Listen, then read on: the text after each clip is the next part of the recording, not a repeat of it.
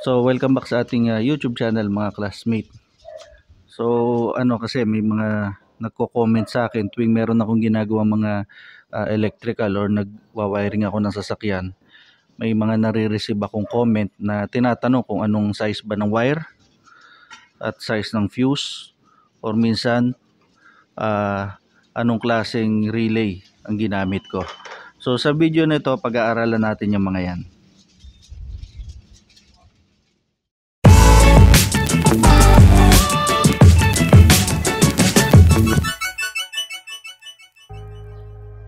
Ano nga ba ang fuse mga classmate?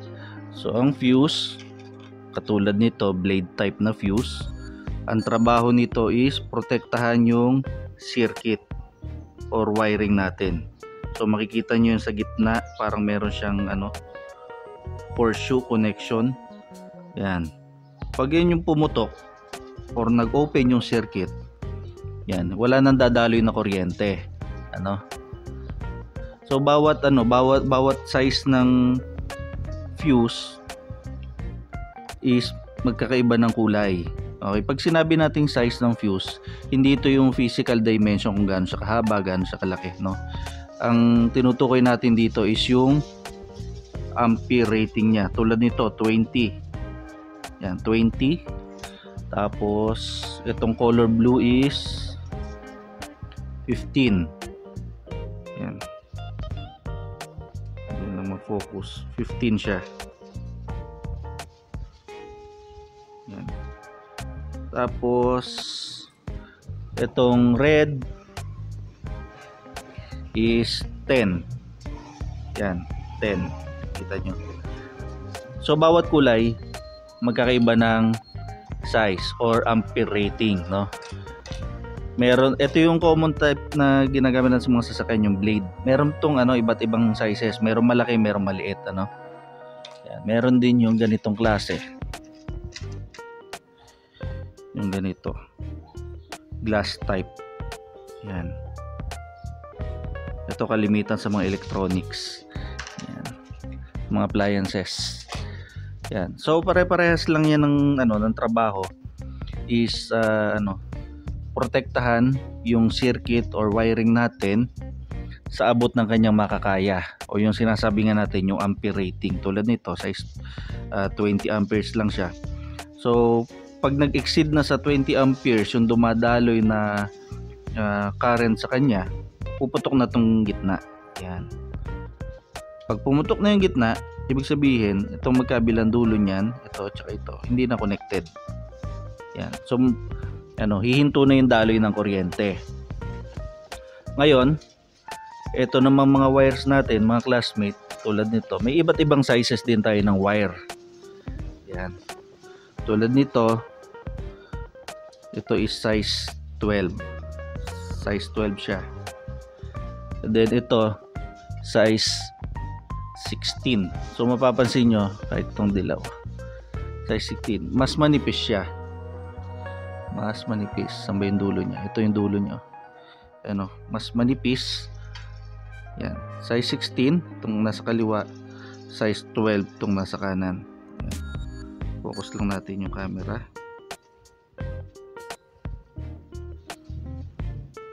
Mapapansin nyo mga classmate, itong nasa kaliwa, mataas ang number niyan or yung wire gauge niya. Wire gauge 16, mas payat.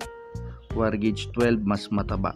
Okay, so doon naman natin sinusukat yung size naman ng wire o doon sa taba nung taba nung mismong copper niya sa loob, no? So sinusukat natin yan by AWG or yung American Wire Gauge. Yeah, meron sa internet, meron kayong makikita ganito. Wire gauge. Yan. Pwede i-search yan sa Google. Makikita nyo yung ideal na ampere rating and gauge ng wire na gagamitin. Okay. So for example, meron tayong fan. Let's say nagdagdag tayo ng condenser fan. Ngayon, ang nakasulat lang sa fan natin is 80 watts for example. So paano natin malalaman kung anong size ng wire at size ng fuse ang gagamitin natin para dun sa ating idadagdag na fan. Unang-una, kailangan nating malaman yung amperes, kung ilang amps ang idodraw or mako-consume niya. Okay, para ma-compute yon, ganito lang, madali lang.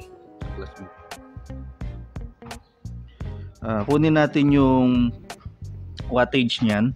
For example is yung 80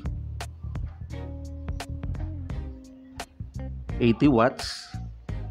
I-divide natin ngayon sa system voltage or sa sasakyan, siyempre 12 volts. Okay, ang makukuha nyo dyan is 6.6. Ibig sabihin 6.6 amperes ang makukonsume nung 80 watts na fan. Okay, pero hindi pa tayo dyan, hindi tayo basta titigil sa computation na 6.6. Okay, yung 6.6 na yun ita-times natin sa 1.20 para magkaroon siya ng 20% allowance for continuous use. Ibig sabihin,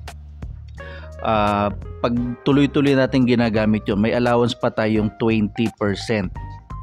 Okay, kasi hindi naman pwede na yung computation natin saktong-sakto. Dahil kung saktong-sakto yung computation natin at matagal na naka-on yung fan, iinit din yan. Okay? So, balik tayo doon sa computation natin. 80 divided by 12 is equal to 6.6. Tapos yung 6.6, i-multiply natin sa 1.20. Ang sagot doon is 8. Meaning, 8 amps is pwede na para doon sa 80 watts na ano natin, na blower yung ikakabit natin, for example. So tulad nito 15 amps. Okay, 15 amperes. So masyado tong mataas para dun sa 8 amperes na computation natin. So since walang 8, pwede kayong gumamit ng one step higher sa kanya o yung 10 amps. Ito, yung color red, yan, 10 amperes. So pwede na to. Ngayon, meron na tayo, alam na natin kung anong size ng ating fuse na gagamitin. Ngayon, ano namang size ng wire. So, makikita nyo rin yan sa internet. Search nyo lang yung yung wire gauge, or ang ginamit kong keyword nung nag-search ako sa internet is automotive wire gauge. Yan. So, ito siya, no. Subukan i-flash na lang din sa screen nyo para mas madali nyong makita. So, mag-stick tayo sa 8 amperes. Yan. So, dahil walang 8, or mag-stick tayo dun sa computation nating 10, size 20 po pwede. 20 American wire gauge. Ngayon, pero common kasi ginagamit, yung computation pala na binigay ko sa inyo kanina, or yung example natin kanina is yun yung rule of thumb, no? Plus 20% allowance nga. Pero ako kasi ginagamit ko, pag nakasanayan ko na 16, 18 size ng wire, ginagamit ko siya as, katulad itong mga to, as trigger ng relay. Okay? Tapos sa load ko gumagamit ako ng 14, 12 or 10. Depende kung gaano kabigat yung load. Yan. Sa sizing naman ng relay, mga classmates, makikita nyo dun sa kalimitan niya, nasa mismong relay nakasulat kung ilang amps. In this case malabo, hindi nyo kita sa camera, malabo, pero ito ay 30 amperes. Okay, 30 amperes. So 30 amperes yung ganito kaliit na relay, yan, kayang-kaya niyang mag-operate ng fan or blower natin. Yan. Dito sa Bosch type na relay. Ayun, nakasulat din 12 volts 30 amperes, nakasulat din sa baba. Ay lang mag-focus ng camera. Yan, 12 volts 30 amperes nakasulat. So bakit nung nagkabit ako ng wire, nagkabit ako ng fan na 80 watts, bakit ako gumamit nito 30 amperes?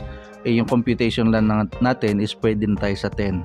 Okay, ngayon kasi halos wala kang mabibiling maliliit na capacity or maliliit na amperes rating ng mga relay. So pinakamababa na is 30 yung mga nakikita ko sa market, no? So ang pinaka safe diyan, kung naka 30 ka dito, 10 pa rin ang dapat ang gamitin mong fuse. Okay? Bakit? Okay. Bakit hindi tayo gagamit ng 30 na fuse para sa 30 na relay? Okay, ganito kasi ang mga classmate. Kaya nga tayo gumamit ng 30 dahil walang makuha or walang mas lower, 'di ba? Pero dun sa computation natin, pwede na tayong gumamit ng 10. Okay? Ang protection manggagaling pa rin dito sa fuse. Let's say gumamit ka ng size 12 na wire. Okay, alam naman natin yung size 12 na wire ay sobra-sobra para dun sa kinompute natin, no? Ngayon, pag itong ginamit mo, tapos gumamit ka pa ng mas malaking rating ng fuse, nag-overload na yung circuit mo, hindi pa rin bumibigay.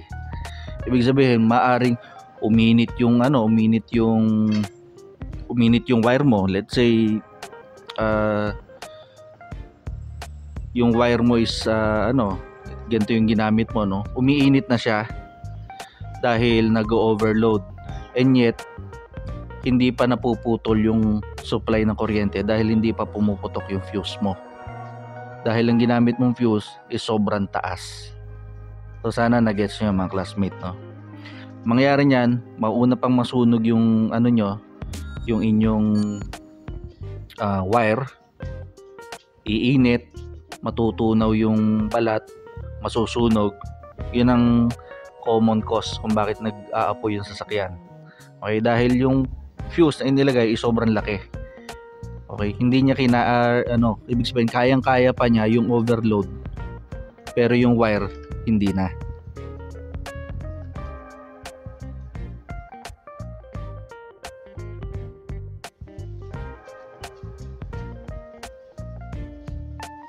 Yung computation na binigay ko sa inyo kanina mga classmate is applicable yan sa electrical wiring na sasakyan. Kung magre-rewire kayo nung para sa ilaw, para sa busina, para sa ibang accessories na nangangailangan ng kuryente, magagamit nyo yung computation na yon, no? So tumingin lang kayo sa internet ng mga chart, conversion chart, at yung yung computation mas very basic naman, no? Yung wattage divided by voltage is equal to amperes, no? So eto, nagkaroon na kasi ako ng video dati tungkol sa relay. So lagi kasing tinatanong, bakit hindi na lang irekta sa switch? Bakit gagamit pa ng relay? Okay, ito dagdag kaalaman lang ulit, no?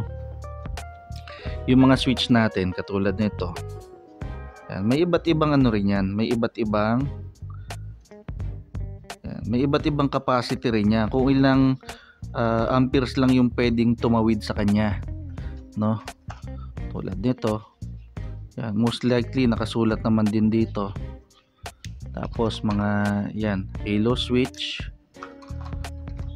yung ito, yan, tracker switch, toggle switch, tapos yung mga ganitong switch, yan, iba't ibang klaseng switch, iba't ibang ampere rating. Tulad nito 6 amperes lang, 3 amperes pag 24 volts, diba?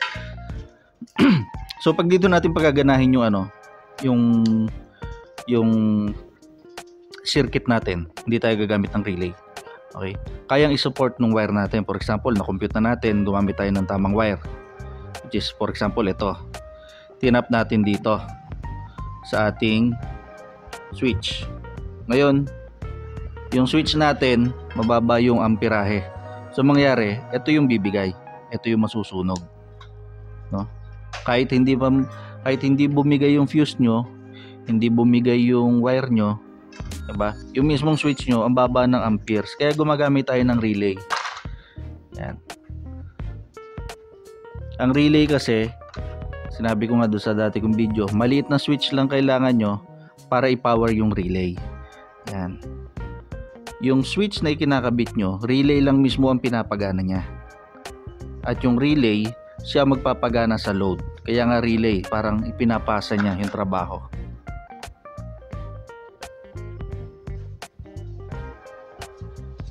So yun lang ang video natin ngayon mga classmate. So sana may natutunan kayo, no?